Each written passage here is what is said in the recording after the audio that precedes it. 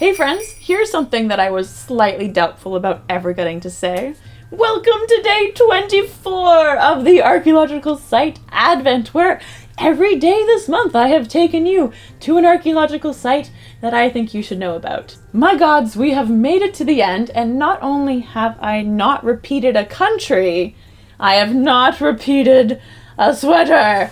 Yes! This is the final sweater, and actually this is the final sweater that I own. I have exactly 24 sweaters. I don't know what that means about my clothing. I might have too much clothing.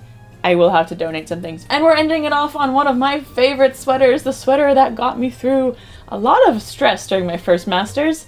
This amazing one that says museums are freaking awesome. Because they are! I'm gonna leave all of those questions about my clothing though to another day because we have to go to our final site.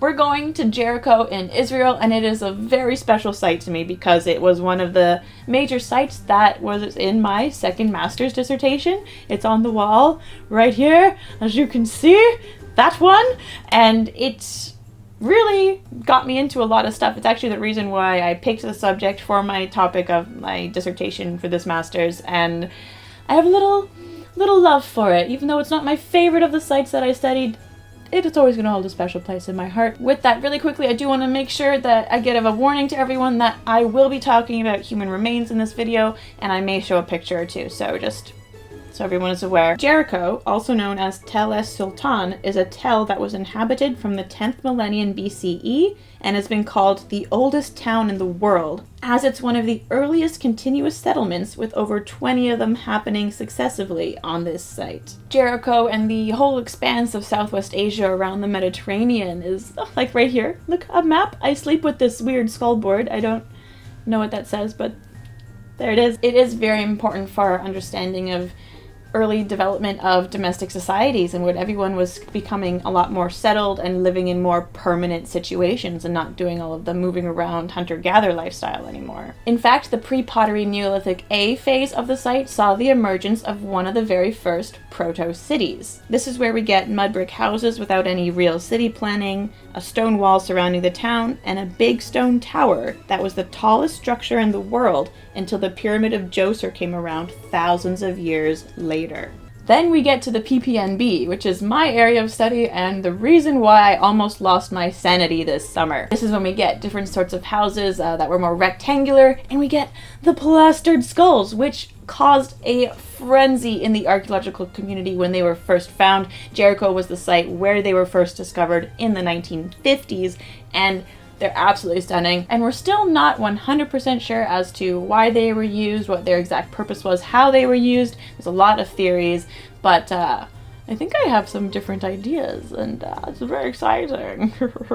Clearly, I could go on forever about the site, but I don't have time to. Settlements continued into the Bronze Age from 4500 BCE to 2600 BCE when it was at its largest. In the Iron Age, it was rebuilt in the 10th to 9th centuries BCE, but was destroyed by the Babylonians in the conquest of Judah in the 6th century BCE and was pretty much abandoned very shortly after that. That is Jericho. Jericho is super cool. If you want a whole video on it, let me know in the comments down below. I don't know if I can do a video on these bad boys yet. I'm gonna have to see what the whole dissertation thing is with school. I don't know. I want to talk to you about it, but I don't know if I can. But that is it for the Archaeological Site Advent. It has been 24 videos, 24 sites, 24 countries, 24 sweaters, and 24 days, and I don't know about you, but I hope you really liked it. I had a lot of fun making these for you guys. I loved all of your comments. Thank you so much for all of the support and the enthusiasm that you had throughout it. It was really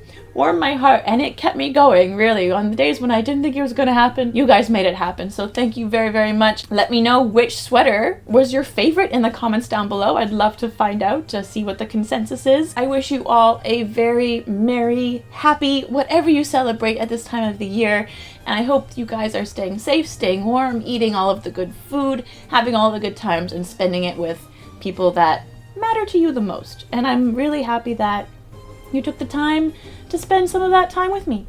I really am. Now I'm gonna get emotional. So I'm not gonna get emotional on camera because I'm alone in my room and it's just gonna get weird. But coming from someone who has not been home for the holidays in 2 years, I know how difficult these times can be for some people. So I want to say thank you for being my internet family for the last forever and, you know, keeping me company all December. It was really nice and really fun, and I hope you liked it. So, mwah, merry everything. Have a happy new year. You're gonna see me before New Year's anyways. Don't you worry, I've got something planned.